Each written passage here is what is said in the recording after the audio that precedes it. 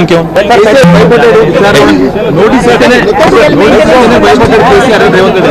వంద జన్మలెత్తినా రేవంత్ రెడ్డి అనే చిల్లరగానికి కేసీఆర్ గొప్పతనం అర్థం కాదు. రేవంత్ రెడ్డి గురువు, ఆయన జేజమ్మతోనే కొట్లాడినోడు కేసీఆర్, ఆ జేజమ్మని ఇక్కడి నుంచి తరిమేసినోడు కేసీఆర్.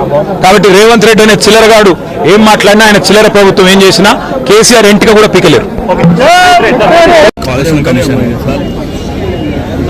కాళేశ్వరం లాంటి ప్రాజెక్టు కనుక భారతదేశంలో కాకుండా ఇంకెక్కడన్నా కట్టింటే, ఇట్లాంటి చిల్లర రాజకీయ పార్టీలు ఉన్న కాడ కాకుండా ఇంకెక్కడన్నా కట్టింటే ఒక అత్యుత్తమ పురస్కారం కూడా వారికి అందేది. త్రీ గార్జెస్ అనే డ్యామ్ చైనాలో ఉంది, దాని కట్టనికి 16 ఏళ్ళు పట్టింది.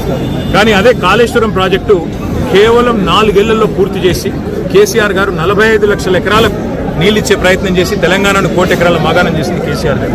అందుకే ఈరోజు కేసీఆర్ గారి మీద ఏదైతే కక్ష సాధింపు చర్యలు బీజేపీ కాంగ్రెస్ కలిసి చేస్తున్నాయో, దున్నపోతు ఈ నిందని ఒకడంటే దుడ్డను కట్టేయమని ఇంకోడన్నట్టు 100 కంపోనెంట్లుండే కాళేశ్వరం ప్రాజెక్టులో ఒక్క కంపోనెంట్లో, ఒక్క మేడిగడ్డ బరాజ్లో 2 పిల్లర్లకు పగుళ్ళు వస్తే అది కూడా కాంగ్రెస్ వాళ్ళే లుచ్చాపనం చేసి ఉంటారని నా నమ్మకం. ఈ రోజు కూడా ఖచ్చితంగా మరి ఇవాళ కేసీఆర్ గారిని బదనాం చేయాలనే కుట్ర ఏదైతే కాంగ్రెస్ బీజేపీ చేస్తున్నారో, ఇది కమిషన్ ముందు కూడా విచారణలో నిజాలు బయటకు వస్తాయి.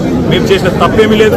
అట్లాగే రేపు ప్రజాక్షేత్రంలో కూడా తప్పకుండా ప్రజలు తిరుగులేని విధంగా ఈ పార్టీలకు సమాధానం ఇస్తారనేది మనం.